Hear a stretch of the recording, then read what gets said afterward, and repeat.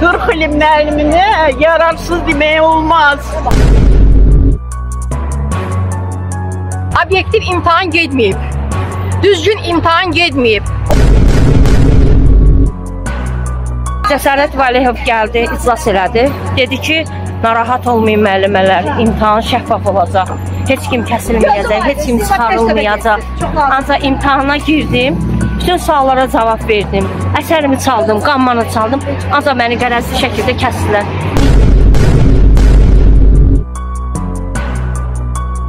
Yəni 16 ilin, 20 ilin, 30 ilin müəllimələri var ki, aldadılıb, qol çəkilənlər var ki, məsələn, təkmilləşmə adı ilə qol çəkilib. İndi deyirlər ki, yox, xitam kimidir, yəni çıxın işdən, atırlar hamını bayra, hamı da sosial vəziyyəti gərgindir, pisdir. Kirayə qalan var və yaxud körpə uşaq saxlayan var, banka olanı var, kredit olan var. Biri mən özüm, mən 2 uşaq saxlayıram kirayədə, vəziyyətim çox pisdir. Mən yəni o maaşla evimin pulunu ödəyirəm. Yəni bugünkü günü mən belə çıxır ki, çöldə qalmışam.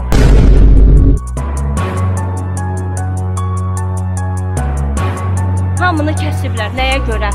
Qərəzli şəkildə bütün müəllimləri kəsmək, çörəksiz qoymaq indiki devirdə bu boyda qadınları çörəksiz qoymaq nə deməkdir?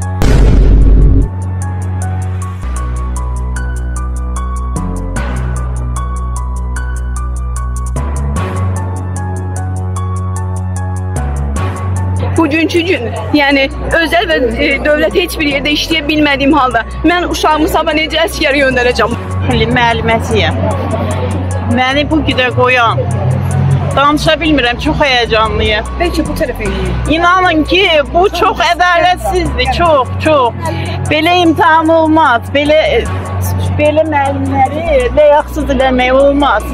40 il müəllimini yararsız demək olmaz. Mənim oğlum hərbidən yararsız, xəstə gəlib, mən kirayədə yaşayıram. Mənim ərim təzə ölüb, mən İlyasın içində imtahan vermişəm. Bütün suallara cavab vermişəm, məni yararsız deyib işdən çıxartmaq olar. İlham Əliyev, siz bizim atamızsınız, biz sizə inanırıq. Siz bizə kömək eləyəcəksiniz. Bizim səsimizi eşidin, xahiş eləyirik. İnanın ki, buradakı nə qədər müəllimlər var kəsilən. Bayram bilmədik biz də, 8 Mart, nə Novruz, nə oruçluq. Hamı göz yaşı içindədir. Hamının banklərə borcu var. Ailə başçısı, ərsiz. Mən yararsız, hərbidən gələn xəstə uşağımla necə yaşayayım kirayədə, üstüm dolu borc. Burada mən əlaşsızam, danışıram. Çox pisik biz müəllimlər, kömək eləyin bizə. İlham Əliyev, biz sizə inanırıq ki, siz bizə kömək eləyəcəksiniz. Cəsarət müəllim kimi müşavirlər bizə lazım deyil. Bir iclas oldu. Cəsarət müəllim bütün müəllimələri iclas eləmişdi. Və o iclasda dedi ki, bu təkmilləşdirmədir. Hansı ki müəllim imtahandan keçməyəcək, onu təkmilləşmə kurslarına göndərəcəm. Və bu təkmilləşmə kurslarında da bilmədiklərini öyrənəcək. Yəni heç bir müəllim bu imtahandan sonra işdən azad olunmayacaq. Yəni bu onun dediyi sözlərdir. Belə çıxır ki, Cəsarət müəllim cəsarətlə müəllimləri aldatdı.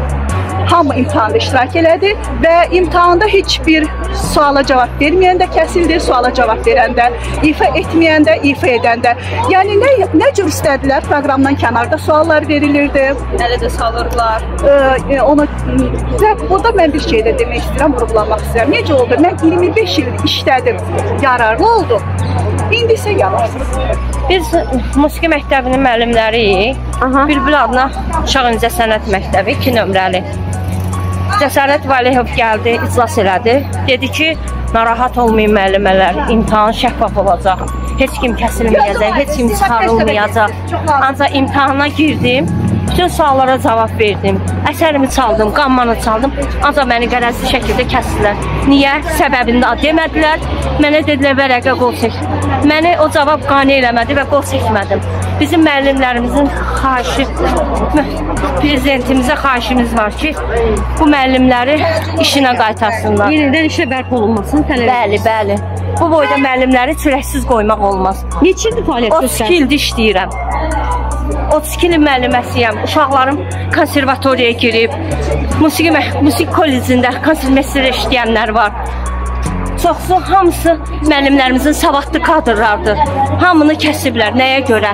Qərəzli şəkildə bütün müəllimləri kəsmək, çörəksiz qoymaq, indiki devirdə bu boyda qadınları çörəksiz qoymaq nə deməkdir? Hamının banka borcu var, hamı çoxsu xəstədir, özüm onkoloji problemim var. Bu qədər olmaz da, insanları bu qədər alçatmazlar.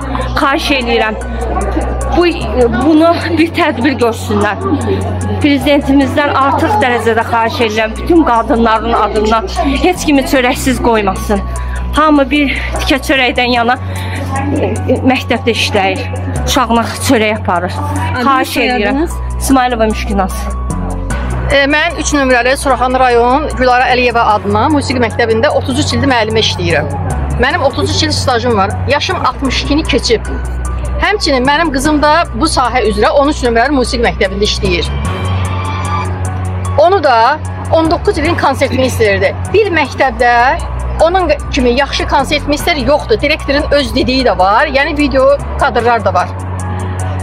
Hansı ki o məktəbdə xor dərsində bir əllə çalan müəllimə, savadsız müəllimə keçib, amma mənim 19 il işlədiyi, yəni bütün zəhmətlərini yerə vurub mənim qızımı hansı ki əsər çalıb, qamma çalıb, əlavə bir mahnı da çaldırıblar ona. Keçiblər sual cavaba. Sual cavabda əvvəl özünə itirib düz cavab verib, sonra səhv cavab verib, sonra düz cavab verib. Axırda yazıblar ki, heç bir suala cavab verə bilməyib, yəni hamısı 0. Yəni bu nə dərəcə düzgündür? Obyektiv imtahan getməyib. Düzgün imtahan getməyib. Orada neçə sinifdə, hər sinifdə 5-6 komissiya üzvü olmaqla imtahan keçirilib. Komissiya üzvlərinin insaflı, vicdanlı olanı da var idi. Öz, yəni ki, sənətimizə, peşəmizə 7 illik, 5 illik tədris dərsinə görə suallar verənlər var idi. Hansı ki, konservatoriya necə deyim, həcmində sual verənlər də var idi. Yəni qərəzli şəkildə bu imtahan müəllimlərin, mən deyərdim, soyqırımıdır. 33 il, 40 il, 45 il qırmızı diplomla qurtaran müəllim, konsertə, tədbirlərə şagird çıxardan müəllimlər bu indiki vaxtda savadsız damğası vurularaq işdən uzaqlaşdırılır. Bu müəllimə ən böyük zərbədir. Siz düşünürsünüz ki, Mədəniyyət Nazirliyi tərəfindən qruplaşdırılma yaranır. Bəli, bu qərəzli şəkildə söhbət də var ki, deyirlər, direktorlar siyahı verib, yəni hər cür orada oyunlar gedib. Oyunlar gedib, qurban da ancaq müəllimlərdir.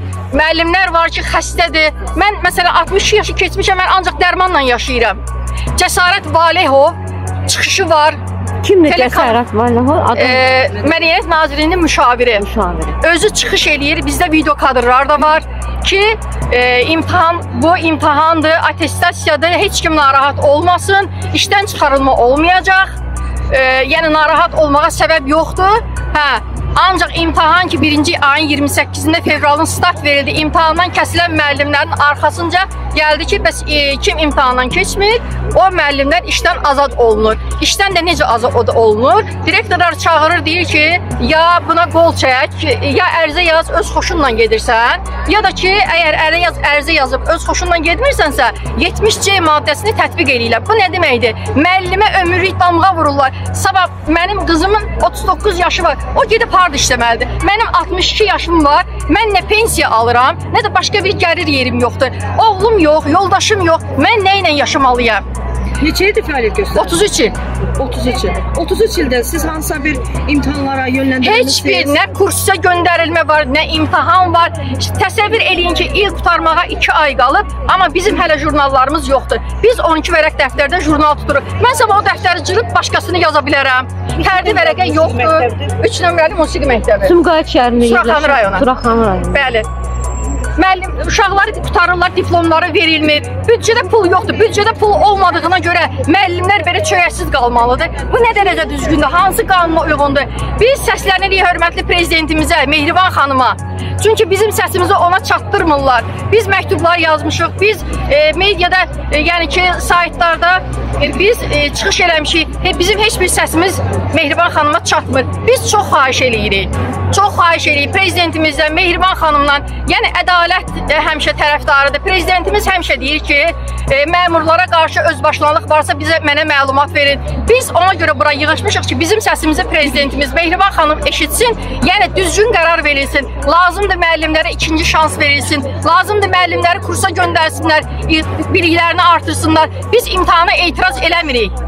Əlbəttə savadlı, savadsız müəllim. Elə müəllimlər var ki, heç nə ortada gəzirlər, heç bir uşaqla məşğul olmurlar. Yəni belə müəllimlərimiz var içəridə. Onlar bilinir kimlərin adamıdır. Yəni o müəllimlər hamısı imtahandan keçib koridorda, yəni belə şəslə gəzirlər ki, mən keçdim. Hansı ki, onun savadı o dərəcədə deyil.